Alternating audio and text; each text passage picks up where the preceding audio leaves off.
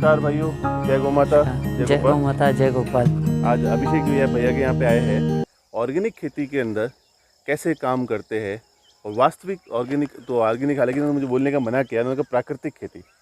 तो प्राकृतिक खेती के अंदर अभिषेक भैया कैसे काम करते हैं ये हम अभिषेक भैया से जानेंगे, जो आपके लिए बहुत हितकारी होगा। जी अभिषेक भैया, अभी आप सबसे पहले तो आप ये बताइए कि आप इस प्राकृतिक खेती के प्रकल्प को क्यों शुरू किया। आप तो कोलकाता काम करते थे, वहाँ से यहाँ पे आके ज़मीन लेके 100 बीघा ज़मीन में आप पूरी खेती कर रहे हो।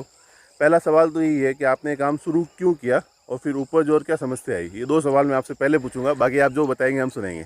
जी देखिए, ऐसा है, आवश्यकता आविष्कार की जननी है। जब मीन्स कैलकाटा में मैं देखता था लोग बहुत बीमार रहते हैं और मीन्स खाने पीने में बहुत सारी मिलावटें आ रही है, सब्जियों में दवाइयाँ बहुत ज़्यादा आ रही है। देखने में सब्जियां बहुत बढ़िया होती है बट वो अपने स्वास्थ्य के लिए अच्छी नहीं होती। तो ये सारी चीज़ें ना दिमाग में घर करने लग गई कि भाई पैसे तो अपन खूब कमा रहे हैं, सब कुछ बहुत अच्छा कर रहे हैं, ये आने वाली पीढ़ियों के लिए भी कर लेंगे, सब आने वाली 7 पुश्तों के लिए शायद पैसे खड़े करके चल जाएं, लेकिन सेहत का क्या, सेहत ही नहीं रहेगी तो फिर मीन्स सेहत से बढ़िया अपन कुछ नहीं दे सकते अपनी जनरेशन्स को या अपने आने वाले जो भी हैं उनको। सबसे अगर कुछ बढ़िया दे सकते हैं तो वो सेहत है। मीन्स अच्छे संस्कार, सेहत, इनसे ऊपर कुछ नहीं दे सकते। शरीर माध्यम खलु साधनम। तो शरीर सही है तो सब सही जान है तो जहान है, जान ही नहीं है तो फिर क्या फ़ायदा। आपके पास करोड़ों पड़े हैं, बैंक बैलेंस बहुत बड़ा पड़ा है, लेकिन आपके शरीर में ही जान नहीं है तो कोई मतलब ही नहीं उस चीज़ का। फिर आपने विचार किया, आपने नेटिव प्लेस ब्यावर के पास में आओ, यहाँ पे आपने ये ज़मीन परचेज की। अब जो सबसे बड़ा सवाल आता है लोगों के दिमाग में कि प्राकृतिक खेती में वो उपज नहीं मिलती जो यूरिया DAP की खेती के अंदर मिलती है। हाँ, उसके बारे में आपका क्या विचार है।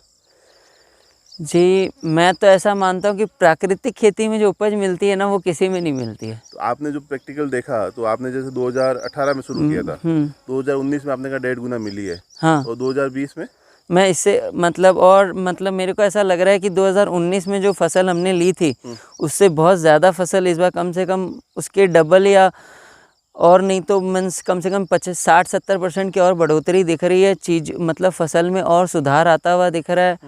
और मीन्स है ना, एक तो अपने मीन्स मैं खेती के बैकग्राउंड से नहीं था, तो एक जो एक्सपीरियंस होता है उसका बहुत बड़ा फ़र्क पड़ जाता है ज़िंदगी में कि अपन कितना तजुर्बा अपने को क्या है। तो जैसे जैसे आगे बढ़ता जा रहा हूँ वैसे वैसे चीज़ें और भी साफ़ होती जा रही है और आनंद आ रहा है। और रोज़ मतलब कुछ ना कुछ प्रकृति का नया खेल देखने को मिलता है, नया सीखने को मिलता है। तो दोस्तों, अभिषेक भाई ने यहाँ पे सबसे पहले गौ माता का कार्य शुरू किया। सारा दूध बच्चों को पिलाते हैं। इन्होंने एक चीज़ कही, उन्होंने मुझे कल रात को एक बहुत अच्छी बात कही कि भाई गाय को पालने के लिए कोई खर्चा है ही नहीं। गाय चरने आती, हरा चर के भी, इनकी गाय भी आप देखेंगे तो खरा चर के भी वो गायों का स्वास्थ्य और हेल्थ देखोगे जितना आप बाटा और खिलाते उससे भी ज़्यादा है। तो इनके जो चीज़ों को ध्यान में रखेंगे तो आपको ज़रूर फ़ायदा होगा। तो अभिषेक भाई, अभी आप क्या क्या कर रहे हैं, आप थोड़ा चल के दिखाएंगे तो अब सभी जी यहाँ पे ये ऑर्गेनिक खेती का रिजल्ट, प्राकृतिक खेती का रिजल्ट आपको दिखा रहे हैं। क्या है कि हम लोगों को ऑर्गेनिक बोलते बोलते बोलने की आदत पड़ गई है। जी यहाँ पे है ना, हम अदरक ले रहे हैं और ये अभी अदरक है। हाँ जी, ये वाला। हाँ, हाँ? ये अदरक है। दिखाएंगे थोड़ा सा। ये अदरक का पौधा है ना, ये देखिए। हाँ। ये अदरक हमने पहली बार लगाई है। और मीन्स बीज और की ज़्यादा बहुत बढ़िया व्यवस्था नहीं होती है, तो मैं तो क्या करता हूँ कि मंडी से जो अदरक मिलती है उसी को लाके लगा दी है। और भगवान की दया से, गौ माता की कृपा से सब अच्छा ही चल रहा है। अच्छी लग रखी है अदरक, कोई दिक्कत नहीं है। अभिषेक भाई वास्तव में नई चीज़ों को ट्राई करते रहते हैं। तो मंडी से बीज अच्छा नहीं मिला तो मंडी से लाके वो ट्राई कर लिया। दोस्तों, जितना लागत कम रखोगे उतना फ़ायदा होगा। बीज खुद लगाओ, आपने जीवामृत और अपन ने पिछले साल हल्दी ली थी, इस बार हल्दी का बीज तो वही यूज़ करा। और ये लाल बीज पिछले साल वाला ही उपयोग किया। हाँ, तो लागत भी कम होगी। अपने आने वाले समय में अपना खर्चा, जो खेत का, फार्म का जो भी खर्चा रहेगा वो ज़ीरो रहेगा, वो शून्य रहेगा। मीन्स है ना, वो अपना ये मीन्स है ना, ज़ीरो बजट नेचुरल फार्मिंग जो बोलते हैं, प्राकृतिक खेती, जिसमें ना खर्चा, किसान का कोई खर्चा नहीं होता है। आपके पास सिर्फ इनकमिंग रहेगी, आउटगोइंग का कोई सीन नहीं है। बिकॉज है ना, अपने खेत में ही अपनी सारी व्यवस्था हो जाती है गौ माता की कृपा से। गौ माता की कृपा से अपने को खाद मिल जाता है, अपनी अपनी जो भी फसल है ना वो डिपेंडेंट है मिट्टी पे। अगर अपनी मिट्टी स्वस्थ है तो अपनी फसल स्वस्थ होगी। और गौ माता अगर मिट्टी ये अपने खेतों में विचरण कर रही है, गौ माता का गोबर गौमूत्र अपने खेतों में पड़ रहा है, तो अपनी मिट्टी स्वस्थ रहनी है, 100% स्वस्थ रहनी है, उसमें कहीं कोई दिक्कत नहीं आनी। मिट्टी स्वस्थ रहेगी तो फसल आप देख सकते हैं कहीं कोई कमी नहीं है। ये मक्की है, लाल मक्की है। लाल मक्की है, घर के हिसाब से लगी हुई है आपने। इसके अलावा और आपने यहाँ पे इस प्लॉट में क्या क्या किया हुआ है? आप आओ उस तरफ से, चलो वहाँ से हल्दी दिखा। और अच्छा प्रकल्प किया हुआ है, खेत का पानी खेत में, वो भी आपको दिखाएंगे। जो सब लोग चिल्लाते हैं, जो अच्छा ही काम करने वाले लोग हैं, वो कहते हैं आपके खेत का पानी बाहर मत जाने दो। अभिषेक भाई, इसने प्लॉट को डिवाइड कर दिया। ये इस तरफ आपने क्या किया? ये अपन ने जवार लगा रखी है। ये जवार है। हाँ। उधर आपने मूंगफली लगा रखी है। उसके उस तरफ आपने और क्या, गेहूं नहीं, चना है ना। इधर तिल लगा रखे हैं इन दोनों में। अलग अलग प्लॉट बना के अलग मोस्टली सारे जितने भी बीज है ना अपने अपन घर के ही काम ले रहे हैं। बस पहली बार बीज अपने मार्केट से आता है, उसके बाद अपन उसी को सर्कुलेट करते हैं। ये हल्दी लगाई है और आप मानोगे नहीं, ये पिछले बार से ना बहुत बढ़िया फुटान आई है और बहुत बढ़िया ग्रोथ हुई है। इनको लगाए हुए मेरे हिसाब से 15 दिन से ज़्यादा नहीं हुआ अपने को। 15 दिन में आज हाँ। दुकान भी अच्छी है इसकी। मतलब बहुत शानदार। आप देखो ना, एक एक ड्रिप लाइन पे 2 हल्दी लगी हुई है, सारी की सारी फूटी हुई है। और मक्की अपन मिक्स में ले रहे हैं। मक्की अपने 2 महीने बाद अब काट लेंगे तो सिर्फ हल्दी रह जाएगी। मक्की और ये पीले वाले मूंग लगा रखे हैं इनके साथ में मिक्स क्रॉपिंग में। तो ये अपन काट लेंगे, गायों के चारे के हिसाब से ले लिया, चाहे मक्की आ गई तो मक्की तोड़ ली, कुछ भी, और फिर हल्दी रह जाएगी। तो दोस्तों, मिक्स क्रॉपिंग, आप मक्की देख सकते हो। ये हल्दी जो पिछली बार इन्होंने उपयोग ली थी, उसी का बीज वापस काम में ले रहा है। उसके बीज से 15 दिन में जो फुटान है वो पिछली बार से अच्छा रिजल्ट दिख रहा है। और उसके अलावा वो बीच में और मूंग है।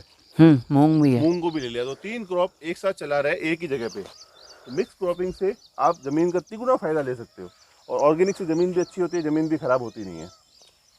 ये तो आपने अच्छा सिस्टम किया। 3 क्रॉप अपने साथ में ले ली, ये वाला। इसके अलावा अभिषेक भाई, आप जो गोबर और गोमूत्र डालते हो, उसके बाद में ज़मीन में जो बाकी ज़मीन में कहीं जाता हूँ तो बहुत कड़क होती है। आज ये ज़मीन भी देखो तो बिल्कुल नरम है। तो यही होता है इस गोबर गोमूत्र की खेती से, ज़मीन बिल्कुल नरम हो जाती है और उस ज़मीन में ताकत बढ़ती है। तो इसके अलावा आपको कोई तकलीफ आई? जैसे खरपतवार की तकलीफ बड़ी आती है सेंद्रीय खेती में, ये कचरा जो आता है, उसके लिए क्या किया आपने? मैं तकलीफ को तकलीफ नहीं, अवसर मानता हूँ। जी राइट है, बात तो आपकी सही है। मतलब अगर तकलीफ ही नहीं आएगी ज़िंदगी में तो फिर मतलब आनंद ख़त्म हो जाता है, ऐसा मानना है मेरा। कई लोगों का वो ऐसा है ना कि भी जब तक कोई तकलीफ नहीं होती तब तक वो जी नहीं पाते। तो अभिषेक भाई तो तकलीफ जब तक आएगी तब तक खुश रहेगी, उसको सामना करके उसका सॉल्यूशन लेंगे। हाँ, अगर आपके ज़िंदगी में कोई तकलीफ नहीं है, बैठे बैठे आप खा रहे हो पी रहे हो, तो फिर है ना वो फैल जाएंगे और कुछ नहीं होना है। नहीं, सही बात है। और मीन्स जितनी ज़्यादा परेशानी आती है, जितनी ज़्यादा वो आती है, उतना है ना और पॉलिश होके निकलते हैं अपन। मीन्स और है ना ये विजन क्लियर हो जाता है कि ये अपने को एग्जैक्टली ये ऐसे करना है, अपन इसमें ये सुधार ला सकते हैं। तकलीफ आती है तो ही अपन उसको करते हैं, तकलीफ ही नहीं आएगी तो अपन क्या करेंगे, उसी में चलते रहेंगे। अभिषेक, आगे चलते थे पॉइंट तो चलते चलते, हाँ। आज जो भी व्यूवर्स भाई बंधु जो देख रहे हैं, उनके लिए कोई ऐसा मैसेज हो वो बताते रहे, अपन चलते चलते बात करते हैं आगे। तो और भी कोई मैसेज हो? मेरा सबसे इम्पोर्टेंट मैसेज मैं व्यूअर्स को देना यही चाहूँगा कि आप अपन है ना हर चीज़ की, अपन पढ़ाई के लिए बच्चों के लिए जागरूक रहते हैं, अपन बच्चों की खुशियों के लिए जागरूक रहते हैं। बच्चे कहते हैं भाई हमारे को ये चाहिए, अपन उसके लिए जागरूक रहते हैं, बहुत अच्छी बात है। मीन्स आज हम लोग शादी और कितनी भी पार्टीज़ में जाते हैं तो वहाँ पे ना ये जो फास्ट फूड है, अपनी चाउमीन है और ये पास्ता है, पिज़्ज़ा है, ये सारी चीज़ों पे अपन बहुत ज़्यादा डिपेंडेंट हो गए हैं आज की डेट में। तो मेरा ऐसा मानना है ना, और मीन्स है ना पेरेंट्स भी मीन्स है ना अपने बच्चों की खुशी के लिए, आज के लाइफ में मैं ऐसा मानता हूँ कि लोगों के लिए सबसे पहली खुशी उनका बच्चा हो गया है, जो कि मेरे हिसाब से है ना सबसे पहले माता पिता होने चाहिए। क्योंकि आज माता पिता ने हमारे को देखा तब हम इस परिस्थिति में पहुँचे कि हम अपने बच्चों को अच्छे से देख रेख कर पा रहे हैं। लेकिन हम क्या करते हैं ना, सबसे पहले तो अपने माता पिता को भूल जाते हैं और बच्चे को वो फोकस बना लेते हैं अपना।